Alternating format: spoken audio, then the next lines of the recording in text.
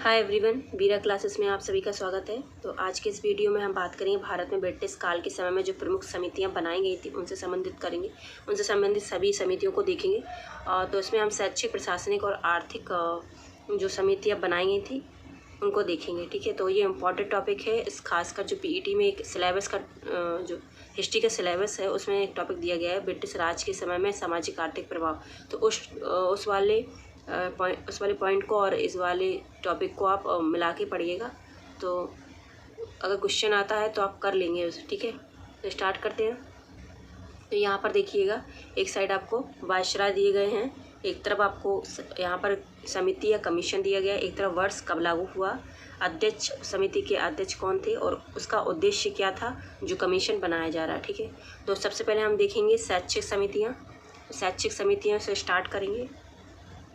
तो यहाँ पर देखिए, लॉर्ड रिपन के समय में यहाँ पर टाइम दिया गया है 1880 से 1884। ठीक है, तो हंटर कमीशन आया था 1882 में। इसके अध्यक्ष थे विलियम हंटर। उद्देश्य क्या था? शिक्षा के क्षेत्र में विकास का अध्ययन करने के लिए। लॉर्ड रिपन के समय में आया था Hunter commission. University commission Lord Curzon के समय में आया था 1902 में।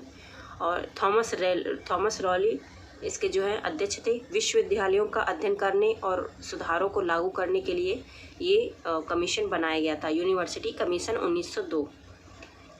अगला है यहाँ पर थॉमस रेले है। ठीक है, थॉमस रेले। लॉर्ड चेम्सफोर्ड के समय में कलकत्ता यूनिवर्सिटी कमीशन लाया गया था 1917 में। और माइकल सैडलर आयोग आपने नाम सुना होगा।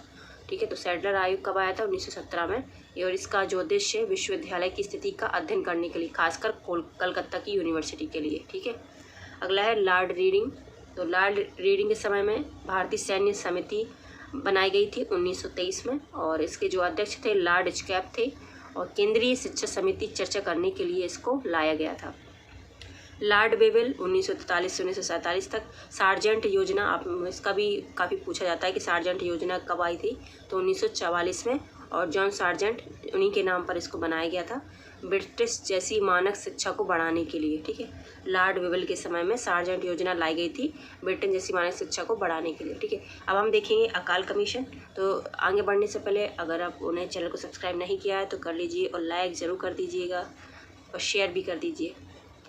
और अकाल कमीशन देखेंगे हम। लॉर्ड लिटन के समय में अकाल कमीशन बनाया गया था। सबसे पहला कमीशन था ये रिचर्ड स्ट्रेची के नाम से। ठीक है, क्वेश्चन पूछता है रिचर्ड स्ट्रेची जो है कमीशन किसके समय में बनाया गया था, तो लॉर्ड लिटन के समय में, अकाल से त्रस्त राहत देने के लिए। लॉर्ड एल्गिन के समय में भी एक कमीशन बनाया गया था 1897 में, जेम्स लियाल के नाम से। जेम्स लियाल अकाल समिति पहले की रिपोर्टों पर सुझाव देने के लिए, जो पहली रिपोर्ट थी उन पर सुझाव देने के लिए इस कमीशन को लाया गया था। लॉर्ड क्रूजन के समय में जो अकाल कमीशन बना था उसके अध्यक्ष थे एंथोनी मैकडोनाल्ड। 1900 में इसको बनाया गया था अकाल रिपोर्ट पर सुझाव देने के लिए। लॉर्ड वेवेल के समय में अकाल जांच कमीशन बनाया गया था। ये इंपॉर्टेंट है, पूछता है कि अकाल जांच कमीशन कब बनाई गई थी, तो लॉर्ड वेवेल के समय में 1943 से 44 के टाइम पर। और जॉन वुडहुड क्या थे? इसके अध्यक्ष थे। बंगाल के अकाल की घटनाओं की जांच करने के लिए, सबसे भयंकर जो अकाल आया था उस टाइम पे बंगाल में, ये उसके लिए अकाल जांच कमीशन बनाया गया था। ठीक है, ये इम्पॉर्टेंट है ये वाला। अब चलते हैं हम आर्थिक समितियों के तरफ। तो आर्थिक समिति देख लेते हैं। तो लॉर्ड लैंसडाउन के समय में हार्सल समिति, जो कि एक आर्थिक समिति है, तो ये सारी क्या है? आर्थिक समितियां हैं। ठीक है, काफ़ी पूछते हैं आर्थिक समितियों में से। तो हार्सल समिति लॉर्ड लैंसडाउन के समय में लाई गई थी, 1893 इसका काल था। हार्सल इसके अध्यक्ष थे, तो हार्सल के ही नाम से हुआ था हार्सल समिति। इसका उद्देश्य था मुद्रा के बारे में सुझाव देने के लिए। ठीक है, अगला है लॉर्ड लैंसडाउन के समय में एक और कमीशन लाया गया था, ओपियम। एक हार्सल लाया गया था, दूसरा ओपियम लाया गया था। और इसके अध्यक्ष कुछ पता नहीं है कौन थे, लेकिन इसके जो उद्देश्य थे स्वास्थ्य पर अफीम के प्रभाव के बारे में जांच करने के लिए, जो स्वास्थ्य पर अफीम का प्रभाव पड़ रहा था उसके बारे में जांच करने के लिए इसको बनाया गया था, ओपियम कमीशन को, लॉर्ड लैंसडाउन के समय में। लॉर्ड एल्गिन के समय में हेनरी फॉलर कमीशन आया गया था 1898 में। एच फॉलर इसके क्या थे? अध्यक्ष थे। इन्होंने भी मुद्रा पर सुझाव देने के लिए हेनरी फॉलर कमीशन लाया गया था। लॉर्ड क्रूजन के समय में सिंचाई कमीशन लाया गया था 1901 में। इसके अध्यक्ष थे सर बॉल्विन स्कॉट मंकिस। सिंचाई पर व्यय योजना के लिए, सिंचाई पर व्यय योजना के लिए कि सिंचाई पर कितना खर्च होगा, उसके लिए सिंचाई कमीशन लाया गया था 1901 में लॉर्ड क्रूजन के समय। अगला है क्रूजन नहीं, लॉर्ड कर्जन है यहाँ पर, ठीक है, क्रूजन बोलते हैं, लॉर्ड कर्जन होगा। और लॉर्ड हार्डिंग के समय में मैक लागून समिति लाई गई थी 1914-15 में, और अध्यक्ष भी थे मैक लागून। इन्होंने सहकारी वित्त की सलाह देने के लिए इनको लाया गया था, सहकारी वित्त की सलाह देने के लिए। लॉर्ड इरविन लिनलिथगो कमीशन लाया गया था इनके समय में 1928 में, और अध्यक्ष भी कौन थे, लिनलिथगो। उनका उद्देश्य क्या था, कृषि के क्षेत्र में समस्या का अध्ययन करना, कृषि के क्षेत्र में जो समस्याएं हैं उनका अध्ययन करना। लॉर्ड इरविन के समय में एक और कमीशन बना था, व्हाइटले कमीशन, ठीक है, और J.H. व्हाइटले 1929 में इसको बनाया गया था, अध्यक्ष थे J.H. व्हाइटले। और जो इसके उद्देश्य थे, इंडस्ट्री और बागानों में श्रमिकों की स्थिति का अध्ययन करने के लिए, बहुत ही इंपॉर्टेंट है ये, व्हाइटले पूछता भी है। व्हाइटले कमीशन कब आया था, लॉर्ड इरविन के समय में 1929 में बना था, इंडस्ट्री और बागानों में जो श्रमिक थे उनकी स्थिति का पता करने के लिए। लॉर्ड वेलिंगटन भारतीय मापन समिति, इन्होंने 1935 में आई थी, और लैरी हामंड इसके अध्यक्ष थे। संघीय सभा में श्रम व्यवस्था का समावेश करने के लिए, संघीय सभा में श्रम व्यवस्था का समावेश करने के लिए। एक लॉर्ड लिनलिथगो के समय में ये बहुत इंपॉर्टेंट है।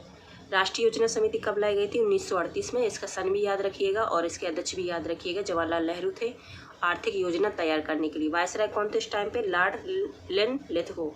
राष्ट्रीय योजना समिति 1938 में, जवाहरलाल नेहरू अध्यक्ष थे। ये सब पूछते हैं, इसका वर्ष कब योजना कब आई थी। और अब हम बात करेंगे प्रशासनिक समिति या कमीशन की।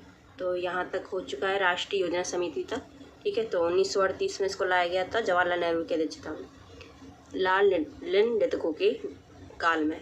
प्रशासनिक समितियों में एटकिंस समिति, इसके अध्यक्ष थे चार्ल्स एटकिंस, उन्हीं के नाम पर इसको रखा गया था।